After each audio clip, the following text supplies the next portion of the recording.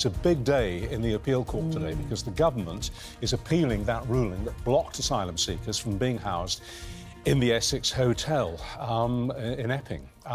This morning, though, and this really moves things on, the Refugee Council says that all hotels should close inside 6 months from now. They're warning that they're costly and that they risk fueling community tensions. And we're used to the Refugee Council speaking out on behalf of refugees. Exactly. And in this case, they are, because they're saying hotels are miserable for them. We're going to speak to the charity's chief executive in just a moment. But first, Richard Gaisford has been with Farzad, an Iranian refugee granted asylum in 2021. And he spent 6 weeks in a hotel while his case was being processed. The fact that your phone you don't have a phone even, and when you have, it doesn't ring anymore. So it seems like you're not wanted anymore. So, and that feeling of isolation and just the whole new place and new people, it is difficult and feeling a bit lonely. And recently, especially because of all the stuff that we are hearing and the threat that people in hotels feel, it is getting even worse. So we're joined now by the Chief Executive of the Refugee Council, Enver Solomon. Good to speak to you this morning. When the asylum seeker and immigration debates takes place, your organisation speaks out on behalf of the case for refugees. In many cases, we've spoken to you on this programme. But now it seems like everybody is in agreement that hotels for asylum seekers is a miserable experience for all. You think you have a solution, but I guess everyone's going to ask, where will they go? Well, that's a very good question. And look, you know, we know hotels are a vast waste of taxpayers' money, costing £1 million a day, and they create great tensions, as you say, in communities. There is quite a simple solution. We aren't in business as usual. We need to think differently.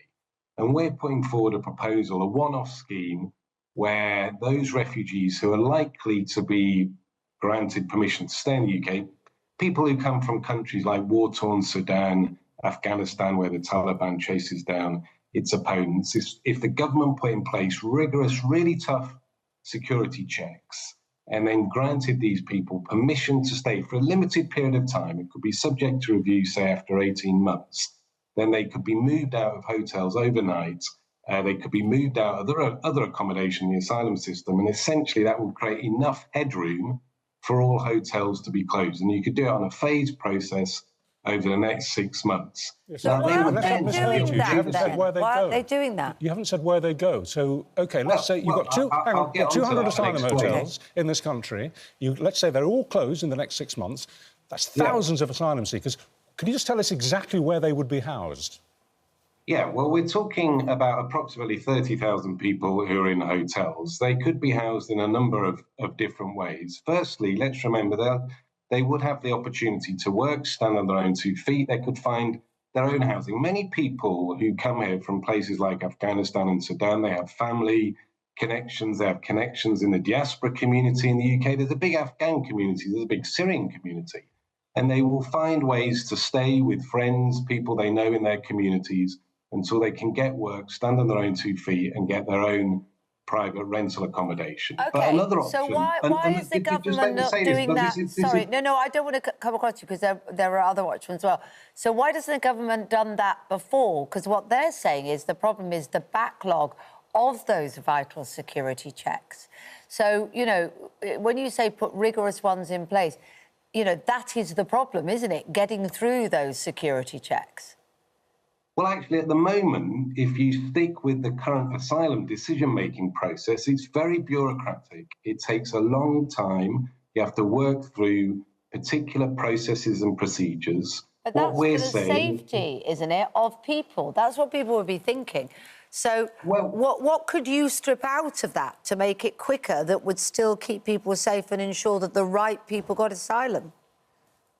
Well, you could still do the security checks. And let's remember, Rishi Sunak, when he was Prime Minister, the previous Conservative government, took a decision to clear 90,000 people out of the previous backlog that existed in the asylum system through a streamlined process.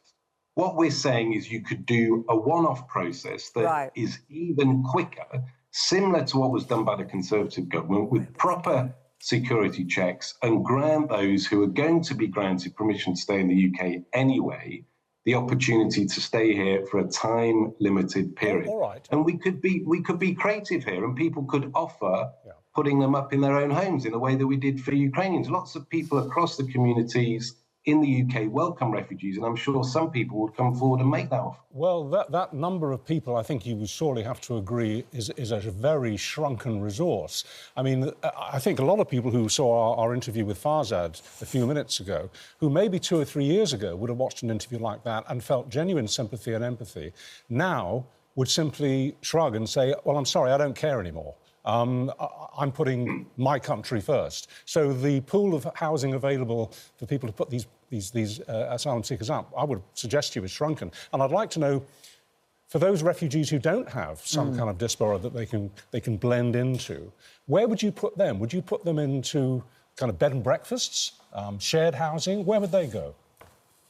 Well, they would have permission to be here, and like Ukrainians, they and other people who get granted refugee status.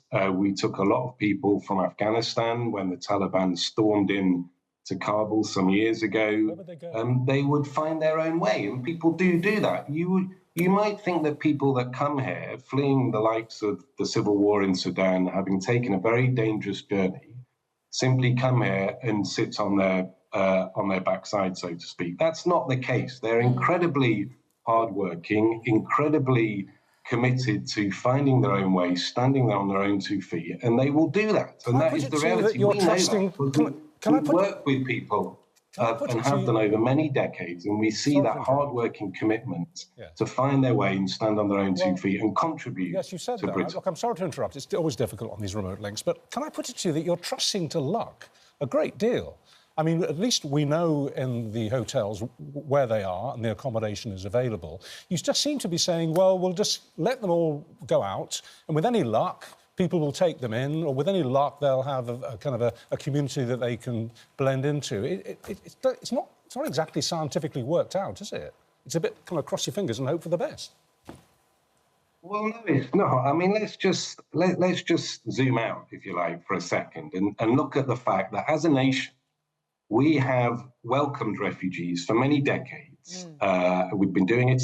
People have taken dangerous journeys. The first private hospitals that were set up under the last Labour government was bankrolled by an Iranian refugee, and the medical director was from Iran. Both took dangerous journeys. When they came here, they found their own way, they found their own accommodation, they found a job, they stood on their own 2 feet. That is what refugees do. It happens quietly in communities, and they get there, they put their heads down, they work damn hard, and they contribute to this country. And that's what would happen to those that leave hotels. Every year, people come through the asylum system, they're granted permission to stay as a refugee if it's found that they have been persecuted, tortured, or fled war, and they get on with their lives and they move forward.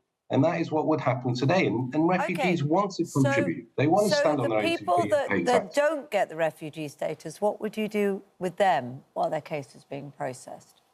Well, just to be clear, we're saying that we would only put this scheme in place for people who are going to be granted refugee status, people who come from countries where 9 out of 10 pretty much are granted refugee status anyway. We're not saying do it to everyone. Everyone else would remain in the system. And they would have to be processed under the formal asylum system. But we need a reset. This isn't business as usual, and we need to look at a different one-off approach. Labour did this when it was last in power, and as I say, Rishi Sunak, when he was Prime Minister, put in place a fast-track scheme. 90,000 were moved out of asylum accommodation by the Conservative government, and there wasn't a housing crisis. This would be 30,000 people, and they would find their own way, stand on their own 2 feet. Interesting. Very interesting take on it. Good to speak to you this morning. Obviously, we'll put that to the Minister we have on the programme, Stephen Morgan, a bit later on. But very, very good to hear from you.